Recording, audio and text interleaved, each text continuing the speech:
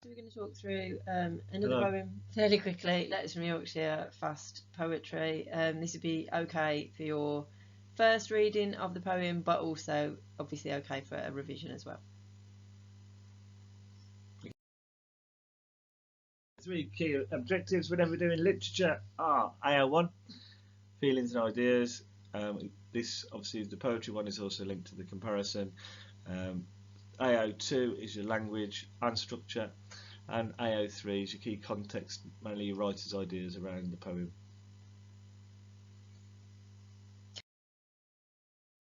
So this is our AO3. It's a modern poem, so it's not got a huge amount of context. So she is a poet and a journalist, and that's relevant because she seems to imply talking about journalism in the poem. And the sort of key bit is that she lived in Yorkshire for a number of years, but now she lives in London. She writes ambiguous poems, and this is another one. And it's about domestic things, so kind of ordinary things, and lots of strong images, and all those things apply to this poem.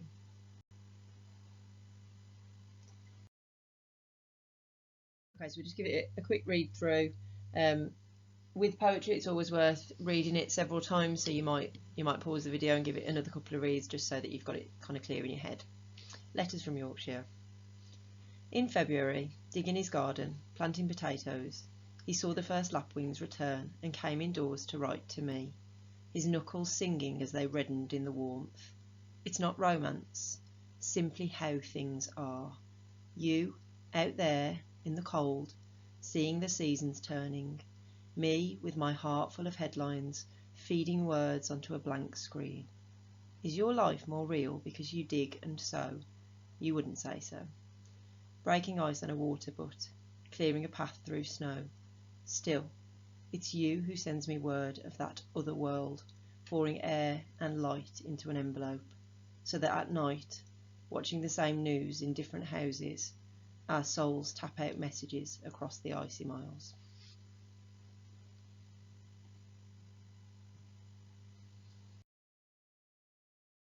So, obvious thing to talk about is what's it about. So, the poem opens with just a man working in his garden, planting potatoes, seeing lapwings birds return after the winter, the ones that migrate south. And then the speaker imagines him coming inside to write to her. She's busy with her work, typing on the computer, and thinking about the news. And she asks the direct question: is your life more real? And that's because he's connected with the land and with nature, but knows he would not agree with it. She describes the letters as being filled with air and light, as if the fresh Yorkshire air has been posted to her. This helps make her feel that their souls are connected across the icy miles.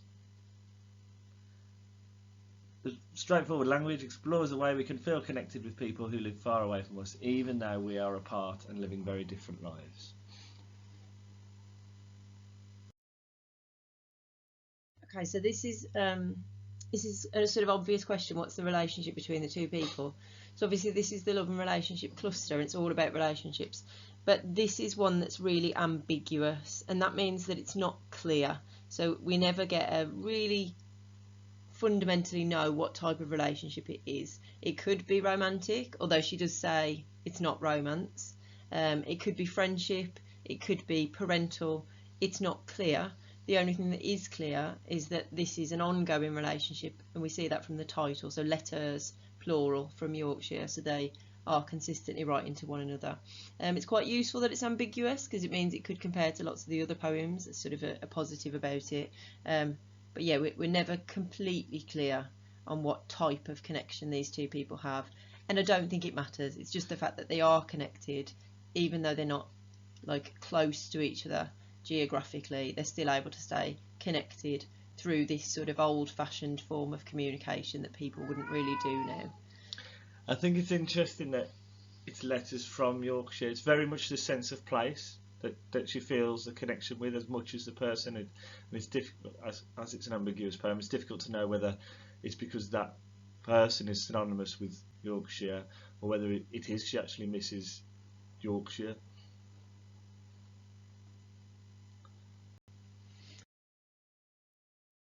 Okay, so key word that we might want to use that's going to help with our AO1, and it's the word nostalgic.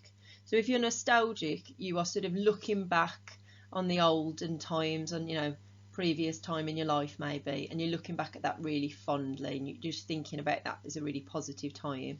And I think that word really fits here for one of our kind of thoughts and feelings for this poem. So bearing that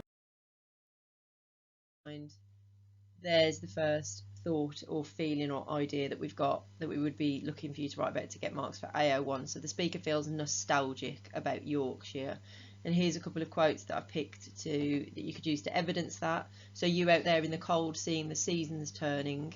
It's that sort of idea that he works outdoors, and so he's really deeply connected to the outdoors and to Yorkshire in particular. And he watches sort of time pass by. And when she lived in Yorkshire, when the speaker lived in Yorkshire, maybe she did the same thing, or maybe she misses that now she's in London. And then similarly, this direct question, is your life more real because you dig and sow? That somehow this outdoorsy type of existence is more real in some way than the existence that she has looking at a computer in a busy city.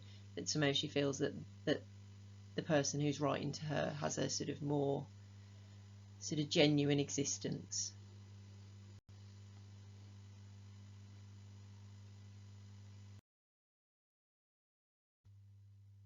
So the next feeling is this feeling of connection. So she feels deeply connected to this person who writes to her. We don't know, and we've already covered it, but we don't know what kind of relationship it is, more just that it's a relationship of importance. And we've got a couple of quotes here that back that up. So he sees the birds return and then feels the need to come indoors and write to her, that the sort of simple thing that happens in his life, but he's got that sort of need to communicate it with this other person, that she'd want to know about it. And obviously because it's outdoors, we've got that connection to Yorkshire, that feeling that he's sort of immersed in this place that maybe she misses. And then the final line, our souls tap out messages across the icy miles. This idea that they are connected really deeply, this reference to the souls, that through these letters they're able to find some form of communication, even though there's miles and miles between them. There's still that sense of connection, and it's a really deep one. That, soulmates, but maybe not necessarily in the romantic sense of that word.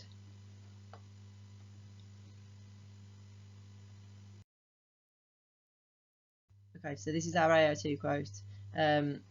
One of the last lines in the poem, it's towards the end, in the final stanza.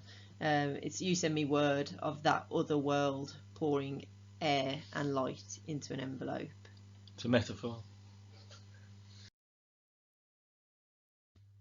So the metaphor of the other world, obviously, it basically emphasises that massive difference that she feels between Yorkshire and presumably London, where she lives now, and that massive difference between the rural existence and a city life. Like, it's not comparable, so it's like an alien existence. It's a complete other world. You could possibly link this to the Romantics because of the suggestion that nature is better than the city, which obviously was one of their fundamental beliefs.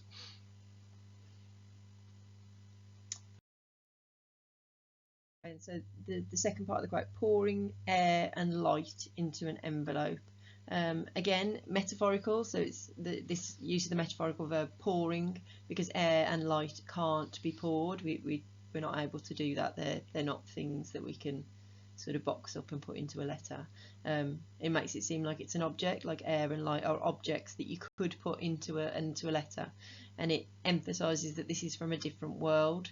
So it's almost like the other world is so different that the normal rules don't apply, that somehow he's able to do that. He's able to get the air and the light and put it into an envelope.